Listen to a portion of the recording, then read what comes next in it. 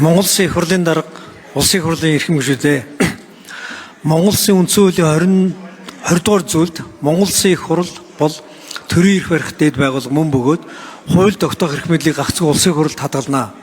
25 дугаар зүйлийн 1-д улсын их хурл төрийн дотоод гадаад бодлогын аль ч асуудлыг санаачлан хэлцэх. Мөн зүйлийн 1-ийн 8-д хууль улсын их хурлын бусад шийдвэрийн биелтийг хянан шалгах онцгой бүр эрхтэй гэж заасан. Бүрэн эрхээ хэрэгжүүлэх зорилгоор улсын их хурл байнгын орон дэд хорвоодоор байгуул ажилладаг. Монгол улсад үндэсний аюулгүй байдлыг хангах зорилгоор тагнуулын байгууллага зэвсэг төвчин. Харин хүний эрх хэрэгчлөөг хамгаалах гэмт хэрэгтээ тэмцэх зорилгоор хууль сахиулах болон мөрдөн шалгах ял илрүүлэх чиг үүрхий байгууллагууд гүйцэтгэх ажил буюу мөрдөн шалгах нууц ажиллагаа явуулж байна. Гүйцэтгэх ажил мөрдөн шалгах нууц ажиллагаа нь өндөр түвшинд нууцлал шаарддаг тул эдгээр байгууллагууд үйл ажиллагаагаа төрийн бусад байгууллагатай адилаар нээлттэй тайлагнах боломжгүй байдаг. Нээлттэй тайлагнах боломжгүй байдал энэ байгууллагууд явуулж буй гүйцэтгэх ажил хуулийн хүрээнд явагдаж байгаа эсэх. Хүний эрхэд хууль бусаар халддаггүй эсэхэд бүрэн дүүрэн эргэлзээ тайлах хариулт авах улсын их хурлын хяналтаас гадна байх үндэс болохгүй. Тиймээс гүйцэтгэх ажил явуулах эрхүй байгууллагуудын үйл ажиллагаанд тавих улсын их хурлын хяналтын тогтолцоог болсонгүй болгох чиг үүргийг оновчлох хэрэгцээ нийгмийн шаардлага өдрөөс өдөр өсөн нэмэгдсээр байна. 2017 оны 5 сарын 18-нд батлагдаж шинжилэн найруулгаар эрүүг эрэг хэн шийдвэрлэх тухай хуулиар мөрдөн шалгах нууц ажиллагаа хэмээх хэрэгцээ ойлголт бий болж гэмт хэрэгтээ тэмцэх зорилгоор нууц тал дараагаар явуулах зарим төрлийн гэмт хэргийг илрүүлэх, нотлох баримт цуглуулах, бэхжүүлэх арга хэрэгслийг хуульчилсан. Ингэснээр уламжлалт гүйцэтгэх ажил гэх ойлголт төрөнд явуулдаг байсан олон төрлийн ажиллагаа гэмт хэргийг илрүүлж нотлох хууль ёсны арга хэрэгсэл болсон байна. Харин үүнтэй холбоотойгоор мөрдөн шалгах нууц ажиллагаанд тавих улсын их хурлын хяналт зохицуул тодорхой бус үлдэж гадаад бодлого аюулгүй байдлын талаас гүйцэтгэх ажлыг харсан уламжлалт 30 жилийн хандлага улсын их хурлын хяналт түүний дотор хүний эрхийн хяналтын зохион байгуулалтыг оновчгүй үр нөлөөгөө гажуудуулсан байдалтай болгожээ.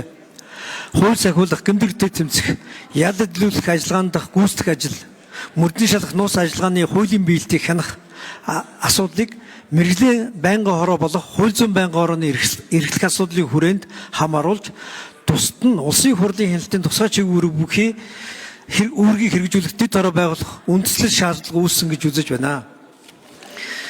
Хуулийн төсөлд Монгол Улсын үндсэн хуулийн 25 дугаар зүйлийн 1 хэсгийн 8 заасан хууль улсын их хурлын бусад шийдвэрийн биелтийг хянан шалгах бүрэн эрхийг хууль сахиулах, гэмтэрэгтэй тэмцэх, ял илрүүлэх ажиллагааны хүрээнд хэрэгжүүлэх чиг үүрэг бүхий хууль сахиулах ажиллагааны тусгай хяналтын дэд хороог ажилуулахаар тусгалаа.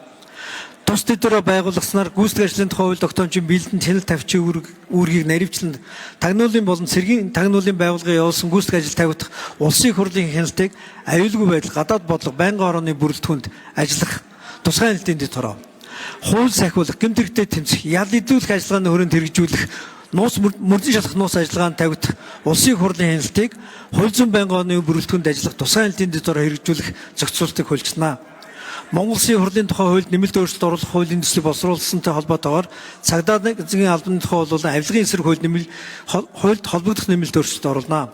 Энэхүү хуулийн төслийг батлснаар хоорондоо ялгаатай үндэсний аюулгүй байдлыг хангах зорилгоор явуулдаг тагнуулын байгууллагын гүйцэтгэх ажил болон хууль сахиулах, гэмтэрэгтэй тэмцэх зорилгоор явагддаг мөн энэ хүрээнд ял илрүүлэх ажиллагааг хэрэгжүүлдэг гүйцэтгэх ажлыг буюу мөрдөн шалгах ажиллагааны нууц тавигдах парламентын хяналтын ялгаатай эрх зүйн дэглэм хяналтын оновчлогдсон тогтолцоо бүрднэ.